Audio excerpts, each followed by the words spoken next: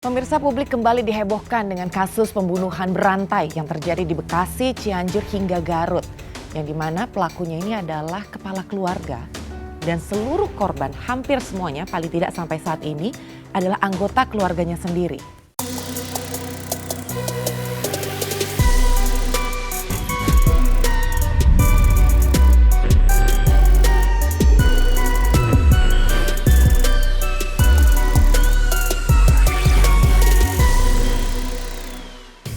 Kasus serial killer bak di film layanan streaming ini juga terjadi di Bekasi, Cianjur hingga Garut. Pelaku Wawon CS membunuh para korban dengan cara-cara yang kita pikir hanya terjadi di film-film Hollywood.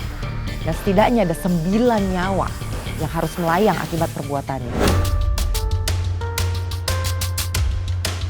Saat saya riset dan mulai membaca kasus ini, cukup rumit memang. Gak habis pikir kok bisa ya keluarga sendiri dibunuh dengan tangan anggota keluarganya juga, dan nanti yang membunuh itu dibunuh lagi. Terus saja begitu secara berulang untuk menghilangkan jejak.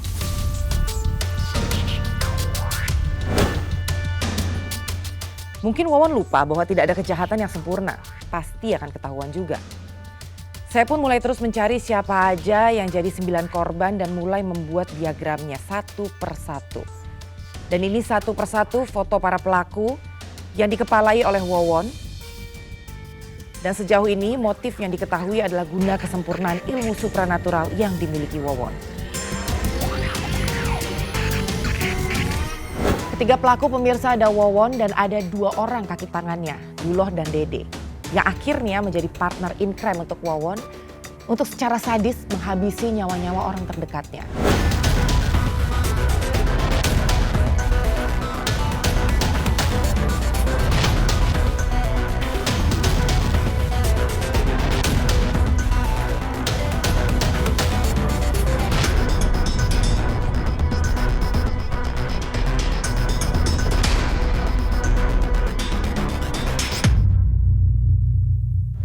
Seperti yang saya sudah sampaikan tadi pemirsa bahwa tidak ada kejahatan yang sempurna. Dan pada akhirnya Wawon alias Aki berhasil diringkus di kampung halamannya di Cianjur, Jawa Barat. Lalu kita akan dalami, jadi penyidikan kami ini sifatnya berkesinambungan. Dari ketemu fakta ini kita dalami lagi, ketemu fakta ini kita dalami lagi. Sehingga bisa apakah ada kemungkinan tersangka yang lain ataupun korban yang lain, kita akan tuntaskan semua itu. Ternyata bukan hanya harta yang hilang, tetapi bahkan ya ini memang kasus yang cukup unik karena memang dari family tree-nya ini banyak yang menjadi korban. Di luar family tree ternyata ini ada korban-korban dari pihak yang mengirimkan dananya pada tersangka. Direktorat Reserse Kriminal Umum Polda Metro Jaya pun mengungkap 3 pelaku utama dalam kasus ini. Wawon Erawan alias Aki, Solihin alias Duloh, dan Dede Solehudin.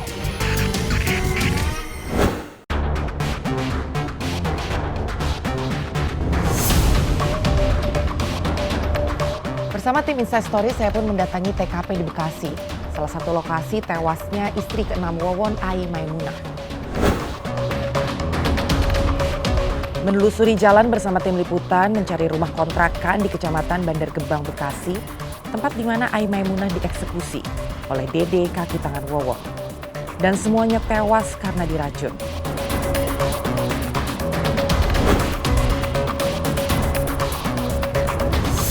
Setiba di lokasi, saya jalan kaki mencari rumah yang digaris kuning polisi. Gak terlalu susah mencari lokasi ini, karena saya mengikuti arahan yang sudah di-share log yang saya terima dari Kasat Reskrim Bekasi sebelumnya. Jadi pemirsa, ini sekarang saya sudah berada di lokasi, tepatnya di Kecamatan Bantar Gebang, Bekasi. Dan nah ini dia. Ini adalah rumah kontrakan di mana pertama kalinya kasus keracunan itu pertama kali mencuat. Jadi sekarang ini kita udah lumayan sering dengar tentang serial killer dari Bekasi, Cianjur, dan juga Garut. Jadi di tempat sini dari proses penyelidikan adalah korban atas nama Ai Maimunah ya. Ini adalah istri ke-6 dari Wawon, sengaja disetting di sini untuk dihabisi nyawanya. Tapi memang sekarang kalau kita perhatikan situasi di tempat ini sudah digaris polisi, jadi saya nggak bisa masuk ke dalam. Dan juga di sekitar sini memang cukup sepi, hanya warga yang lalu lalang dari tadi kalau saya perhatikan. Saya mungkin tidak bisa terlalu banyak mengulik di daerah Bekasi karena sebenarnya paling banyak kasus pembunuhan itu ada di Cianjur. Nanti saya beserta tim juga akan ke sana. Nah, di sini ada tetangganya. Saya mau nanya-nanya dulu keterangan dari tetangga. Apakah pernah berinteraksi dengan korban? Punten, selamat siang Bapak. Ibu, permisi. Boleh izin masuk Ibu? Boleh ya? Ibu, permisi, saya Anggi Pasaribu dari MNC News. Ibu, salam kenal. Ibu di sini udah tinggal lama? Ya, saya memang asli sini. Oh, emang asli sini. Ibu sebelumnya pernah ngobrol-ngobrol dengan Ibu Maimunah? Belum pernah. Oh, belum pernah. Tapi tahu memang sempat tinggal di situ. Berapa lama Bu tahu nggak mereka tinggal di dalam? Ya sekitar 3 mingguan itu sama di hari kejadian, di minggu kejadian itu memang. Berarti ditinggal di dalam sana, korbannya cuma 3 minggu? Iya, 3 minggu di hari pas kejadian hari Kamis itu, dari semenjak ibu datang hari Senin, katanya hari Kamis kejadian kan. Di dalam memang nggak ada apa-apa, nggak ada alat makan segala apa, kayak layaknya orang kontrak biasa. Nggak ada, kebetulan kan kamar mandi juga nimba, namanya bekas almarhumah, bekas nenek-nenek kan nimba, masih sumur jadul istilahnya, si tiba. Terus toilet juga di belakang rumah, di luar rumah, nggak di dalam, jadi nggak ada kakus, nggak ada apa, jadi di luar. Waktu si Ibu Maimunah atau Pak Dede ya, ada di sini pernah ngobrol? Nggak pernah sih, paling tegur sapa aja kalau lewat ya, namanya tetangga kan. Paling nanya misalkan dari warung, Pak dari warung. Terus saya juga kan lewat ke belakang ke masjid nganterin si Dede ke ayahnya. Dari mana? Paling nanya gitu aja, nggak lebih ngobrol gimana. Itu kapan ya terakhir kali ketemu Bapak? Pas malam Kamis, Malam Kamis. besoknya kejadian. Besoknya kejadian ya. Kalau si Ibu Maimunahnya? Ibu memang kalau setahu saya kalau habis ngejemur pakaian pagi pasti di dalam main sama anak kecil itu, sama anaknya. Nggak pernah keluar. Oh, nggak pernah kesini nyapa tetangga gitu? Nggak, paling jajan ke belakang ke warung emak. Terakhir kali ketemu tuh kapan? Sama si ibu pas nyampe ke hari kejadian nggak pernah ketemu lagi, pas kayaknya hari Rabu terakhir itu. Oh, hari Rabunya ya? Pas hari Rabu saya kan kebetulan jemur kasur di belakang, kasur anak-anak. Saya bilang, ini saya jemur kasur, saya bilang. Tapi nggak ada yang jawab, paling tidur siang saya pikir. Tapi ntar kalau pas dia keluar saya ngomong lagi, saya izin jemur kasur di belakang, kasur anak-anak, nggak apa-apa, jemur aja teh. Terus waktu tahu ada yang keracunan di dalam gimana? Pas itu tahunya kan udah siang, tahu-tahu kan sini udah rame sama ambulan juga, terus orang banyak kan. Saya kebetulan memang di dalam lagi masak kan, kalau sambil masak sama anak kecil si Dede di dalam, pas keluar buka pintu tahu-tahu memang udah banyak ambulan di sini, ada 3 ambulan, terus mobil Satpol PP 1 di belakang terakhir itu. Pas udah kan namanya di belakang udah semua nggak sadarkan diri kan, di antara yang berempat itu kebetulan kan si Neng doang kan yang sehat kelihatannya, si Neng Ayu itu. 1 dibawa mobil pergi, mobil ambulans, 1 dibawa dimasukin pergi, bunyi, 1 bunyi, sampai 3 itu bunyi kan. Kebetulan yang terakhir kan dibawa sama mobil Satpol PP, yang cowok kata orang, saya sih nggak ngelihat yang dimasukin yang terakhir itu siapa-siapanya. Mau ngeliat di ruang tamu, 2 udah rapi nih, itu udah berbusa. Nah yang 1 lagi mamahnya di kamar belakang, keadaan sekarat. Nah di kamar depan, si A itu Dede lagi pingsan.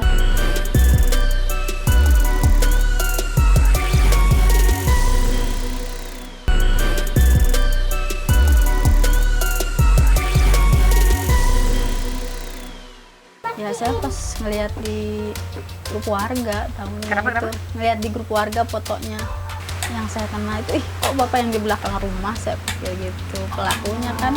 Oh, foto pelaku. Kaget dong di situ ya? Ya Allah, bukan kaget lagi, namanya kita pernah tegur sapa.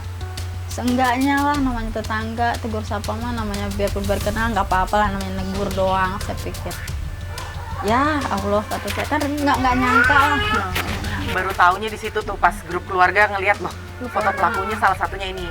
Enggak, memang di sini juga nanyainnya teh gimana, takut enggak sama orang belakang, pelakunya loh di belakang. Ya tuh udah dibawa polisi sekarang. Soalnya waktu itu kan belum tahu ya. Ya kalau dulu mah memang namanya kita juga nggak tahu. Ya tahu cuma sekedar tegur sapa aja, saya bilang gitu. Tapi kan teteh pernah tahu loh teh katanya. Ditakut-takutin ya sama warga ya. Untung cuma tegur sapa ya. Ibu pernah ini nggak ngeliat itu misalnya Pak Dede kan ya, mungkin kayak suka ngobrol sama warga, ngopi gitu, nggak pernah interaksi nggak? Paling ketemu di warung emak, pernah sekali ke papasan. Ke warung, dia habis beli galon. Dia kan seringnya beli galon ya. Beli galon, kalau nggak dia beli kopi ke emak. Ke emak warung belakang. Saya masuk ke warung, dia pulang. Udah nggak pernah. Cuma papasan ya? Papasan di warung, pernah sekali itu. Papasan di warung. Emak tuh di mana tuh? Yang katanya suka beli kopi ya? Ya di sebelah. Pak Dede. Oh ini. Enggak, sebelahnya. Bukan. Belakang.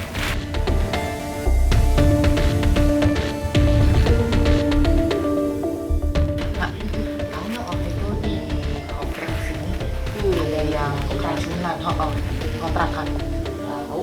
Tahu ya Mak? Enggak denger, tapi sudah rame dengernya. Taunya udah rame dah.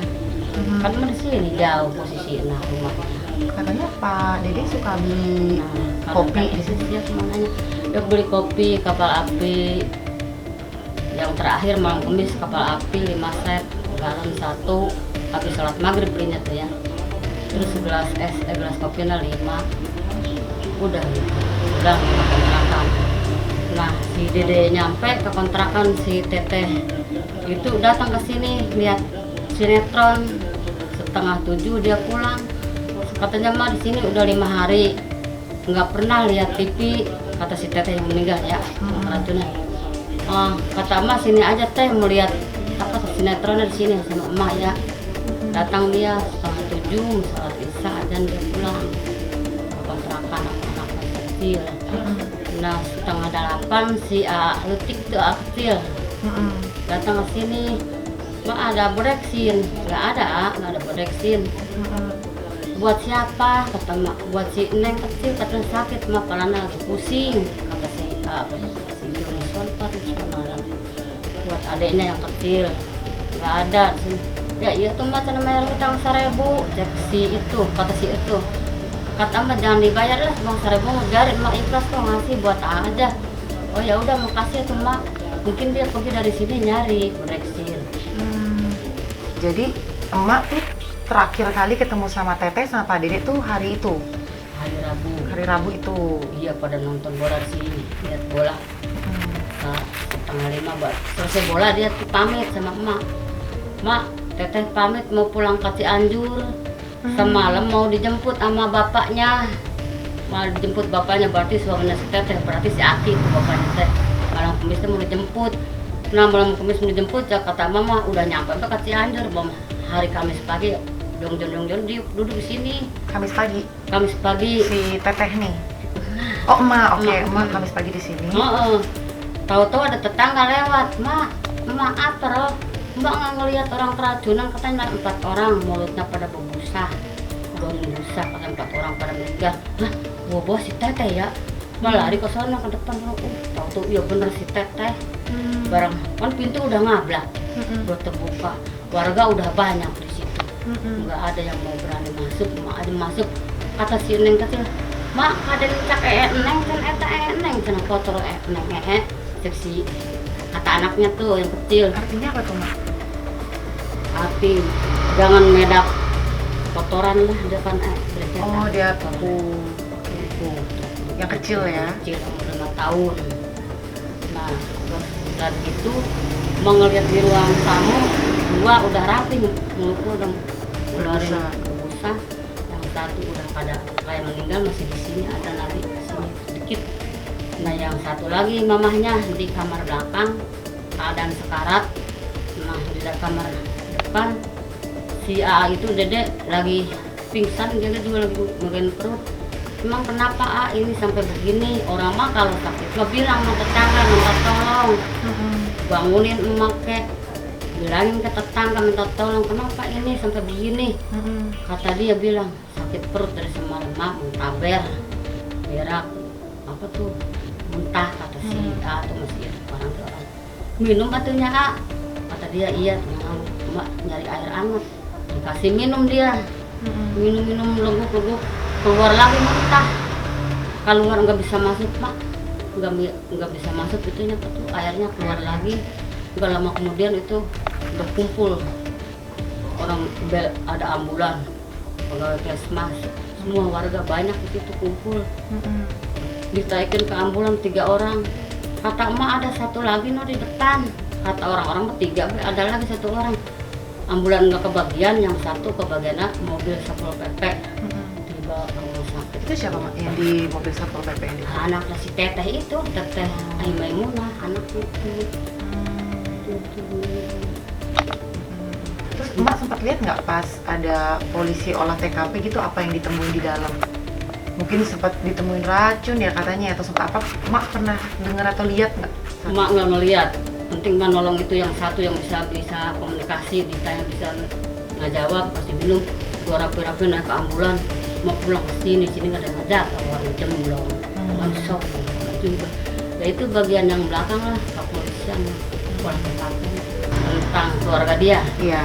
Asal muasal katanya mama orang Bandung, si mamanya si Teteh tuh berarti itu ibunda si Mai Sarok.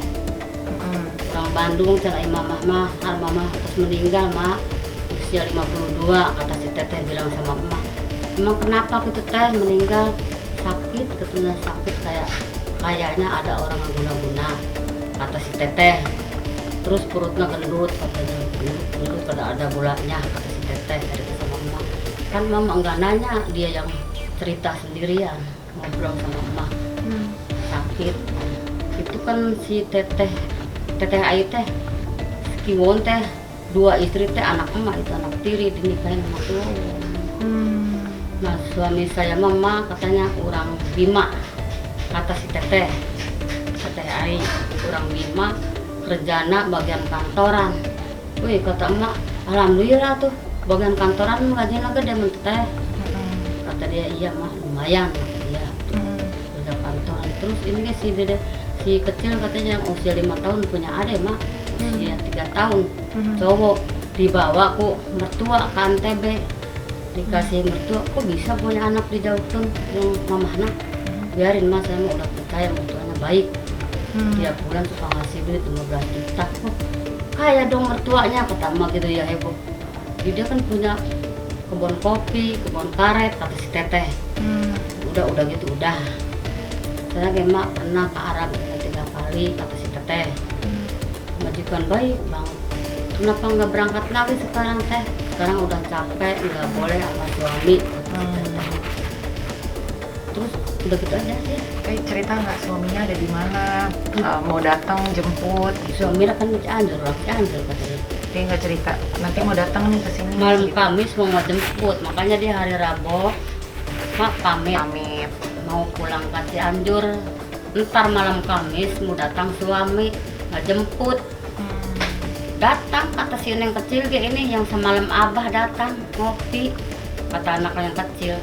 Datang cuman bukan ngejemput. Masih itu murnen.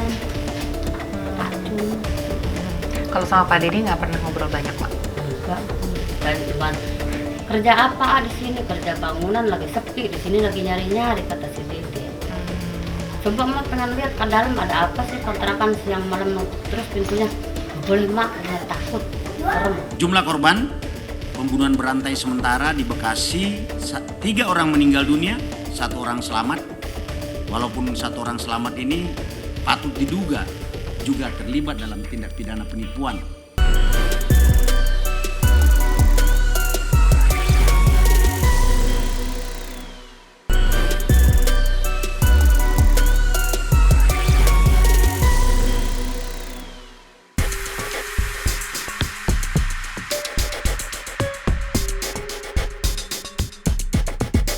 Fakta baru kembali terungkap dalam kasus pembunuhan berantai yang dilakukan oleh Wawan CS di Bekasi dan Cianjur, Jawa Barat.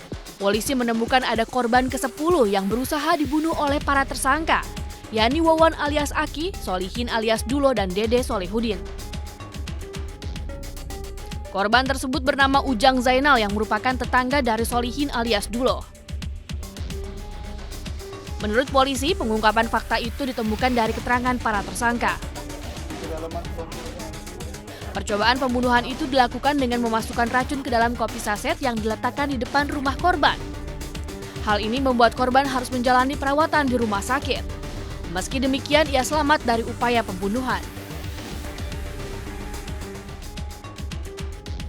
Hingga kini, ada 9 korban tewas dalam kasus pembunuhan berantai Wawon CS di 3 lokasi berbeda, yakni Cianjur, Garut, dan Bekasi.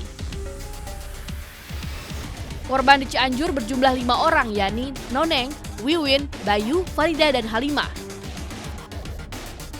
Korban di Garut bernama Siti, sementara korban di Bekasi yakni Ai Maimunah, Ridwan Abdul Muiz, dan Muhammad Rizwandi. Dalam pernyataan sebelumnya, Kapolda Metro Jaya Irjen Fadil Imran mengatakan bahwa tidak menutup kemungkinan ada korban lain yang belum terungkap. Untuk itu, polisi meminta apabila ada keluarga yang hilang setelah berhubungan dengan para tersangka dapat melapor ke Polda Metro Jaya. Alasan-alasan yang digunakan oleh ketiga pelaku ini tentu tidak bisa dibenarkan begitu aja. Polda Metro Jaya yang mengusut kasus ini akan mendalami secara keseluruhan seluruh rangkaian pembunuhan dan juga pemeriksaan dengan scientific crime investigation bersama ahli psikologi forensik dan juga psikiater.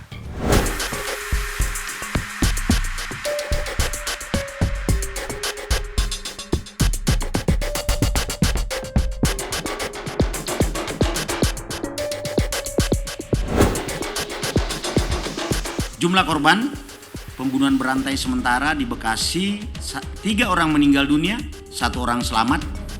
Walaupun 1 orang selamat ini patut diduga juga terlibat dalam tindak pidana penipuan yang terjadi sebelumnya. Nanti kemungkinan setelah keluar dari rumah sakit kita akan sidik.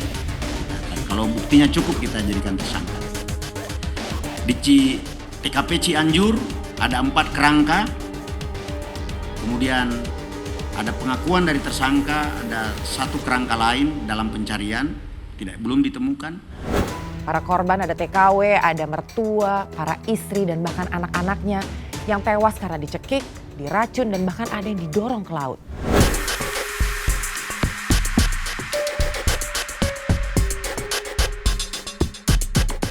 Dan ini dia korban pertama, TKW bernama Siti yang dibunuh oleh Noneng, mertua dari istri Wawon. Noneng diminta untuk mendorong Siti ke laut. Kemudian korban kedua, TKW bernama Farida. Yang dibunuh juga, masih belum tahu apakah dibunuh oleh Wawon atau Duloh. Korban ketiganya adalah Noneng, pembunuh Siti yang dibunuh oleh Duloh agar kasus pembunuhan Siti ini tidak diketahui. Korban keempat ada Wiwin, anak Noneng, dan juga istri Wawon yang dibunuh oleh Duloh atas perintah Wawon. Korban kelima ada Halimah, istri Wawon yang dibunuh oleh Duloh tanpa sepengetahuan dari Wawon. Korban keenam Maimunah, anak dari Halimah, istri siri dari Wawon yang dibunuh dengan diracun. Korban ketujuh ada Ridwan, anak Ai Maimunah, dari mantan suami Didin yang dibunuh dengan diracun. Korban ke-8 ada Rizwandi, anak Ai Maimunah. Dan korban ke-9 Bayu, anak Maimunah dan Wawon. Pemirsa, 9 korban Wawon CS mungkin yang baru diketahui sekarang. Informasinya masih banyak korban-korban lain, tapi tidak sampai tewas. Dan kasus ini masih terus diselidiki apakah masih ada korban-korban lain ke depan, karena mengungkap tabir dari kasus ini masih banyak misterinya. Saya Anggi Pasaribu, sampai bertemu di Inside Story berikutnya.